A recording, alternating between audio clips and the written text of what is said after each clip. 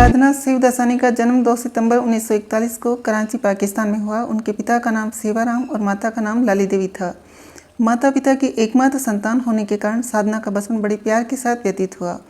1947 में भारत के बंटवारे के बाद उनका परिवार कराची छोड़कर मुंबई आ गया था। उस समय साधना की आयु केवल 6 साल थी। साधना का नाम उनके पिता ने अपने समय की पसंदीदा अभिनेत्री साधना बोस के नाम पर रखा था। साधना ने 6 मार्च 1966 को निर्देशक R.K. नैयर के साथ शादी कर ली तथा 1995 में उनके पति का देहांत हो गया था। साधना ने बतौर कलाकार 1955 में आई फिल्म श्री 420 से अपने करियर की शुरुआत की। उस वक्त 15 साल की थी। दरअसल साधना को एक विज्ञापन कंपनी ने अपने उत्पादों के लिए मौका दिया था। इन्हें भारत की पहली सिंधी फिल्म अबाणा में काम करने का मौका मिला, जिसमें उन्होंने अभिनेत्री शीला रमानी की छोटी बहन की भूमिका निभाई थी। इस फिल्म के लिए इन्हें 1 रुपये की टोकन राशि का भुगतान किया गया था। इस सिंधी खूबसूरत बाला को शस्तर मुखर्जी ने देखा, जो उस वक्त बहुत बड़े फिल्मकार थे। शस्तर मुखर्जी अपने बेटे जॉय मुखर्जी की एक फिल्म के लिए नई हीरोइन के नए चेहरे की तलाश कर रहे थे। साल 1960 में लव इन शिमला रिलीज हुई। इस फिल्म के निर्देशक थे R.K. नैयर और उन्होंने ही साधना को नया लुक दिया, साधना कट। दरअसल साधना का माथा बहुत चौड़ा था, उसे कवर किया गया था बालों से और उस स्टाइल का नाम ही पड़ गया साधना कट। 1961 में एक और हिट फिल्म आई, हम दोनों। इसमें देवानंद के साथ थी साधना। इस ब्लैक एंड वाइट फिल्म को रंगीन किया गया था 2011 में और इसे फिर से रिलीज़ किया गया। 1962 में फिर से निर्देशक ऋषिकेश मुखर्जी द्वारा असली नकली में देवानंद के साथ थी। 1963 में टेक्निकलर फिल्म मेरे महबूब H.S. रवेल द्वारा निर्देशित उनके फिल्मी करियर में ब्लॉकबस्टर फिल्म थी।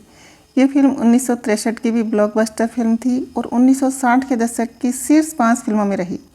मेरे महबूब में निमी पहले साधना वाला रोल करने जा रही थी। न जाने क्या सोचकर निमी ने साधना वाला रोल ठुकरा दिया और राजकुमार की बहन वाला रोल किया। साधना के बुर्के वाला सीन इंडियन क्लासिक्स में दर्ज है। साल 1964 में उनके डबल रोल की फिल्म रिलीज हुई, जिसमें मनोज कुमार हीरो थे और फिल्म का नाम था वो कौन थी। सफ़ेद साड़ी पहने महिला भूतनी का यह किरदार हिंदुस्तानी सिनेमा में अमर हो गया। इस फिल्म से हिंदुस्तानी सिनेमा को एक विलेन भी मिल गया, जिसका नाम था प्रेम चोपड़ा। साधना को लाजवाब एक्टिंग के लिए सर्वश्रेष्ठ अभिनेत्री के रूप में पहला फिल्म फेयर नामांकन भी मिला था। क्लासिक्स फिल्म वो कौन थी मदन मोहन के लाजवाब संगीत और लता मंगेशकर की लाजवाब गायकी के लिए भी याद की जाती है।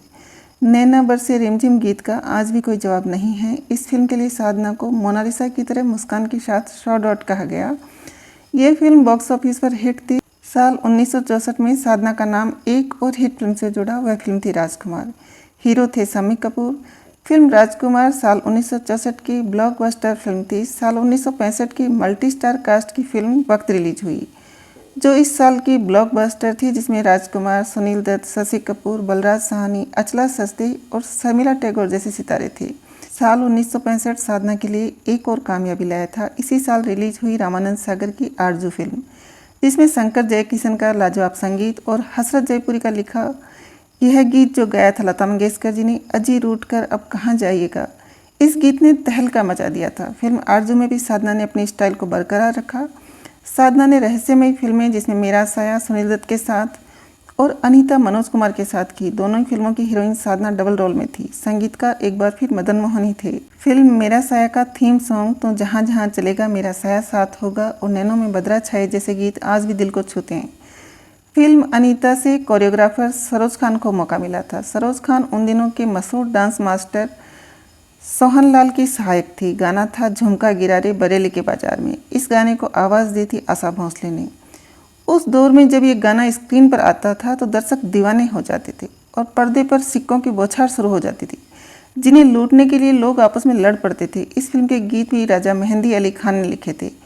कहते हैं कि साधना को नज़र लग गई, जिससे उन्हें थायराइड हो गया था और अपने ऊंचे फिल्मी करियर के बीच वो इलाज के लिए अमेरिका बोस्टन चली गई। अमेरिका से लौटने के बाद वो फिर फिल्मी दुनिया में लौटी और कई कामयाब फिल्में उन्होंने की। इंतकाम में अभिनय किया, एक फूल माली, इन दोनों ही फिल्मों के हीरो थे संजय खान। बीमारी ने साधना का साथ नहीं छोड़ा और अपनी बीमारी को छिपाने के लिए वो अपने गले में दुपट्टा बांध लेती थी। यही साधना आइकन बन गया था और उस दौर की लड़कियों ने इसे फैशन के रूप में लिया था। साल 1974 में गीता मेरा नाम रिलीज हुई, जो उनकी आखिरी कमर्शियल हिट थी। इस फिल्म की निर्देशक स्वयं थी और इस फिल्म में भी उनका डबल रोल था। सुनील दत्त और फिरोज खान हीरो थे। साधना की कई फिल्में बहुत देर से रिलीज हुई। 1970 के आसपास अमानत को रिलीज होना था, लेकिन वो 1975 में रिलीज हुई। बहुत कुछ बदल चुका था। 1978 में महफिल और 1994 में उल्फत की नई मंजिलें। हिंदी सिनेमा में योगदान के लिए अंतर्राष्ट्रीय भारतीय फिल्म अकादमी आईफा द्वारा 2002 में लाइफ टाइम अचीवमेंट पुरस्कार से उन्हें सम्मानित किया जा चुका है। साधना का निधन 25 दिसंबर 2015 को Hinduja national hospital medical research centre Mumbai में हुआ था।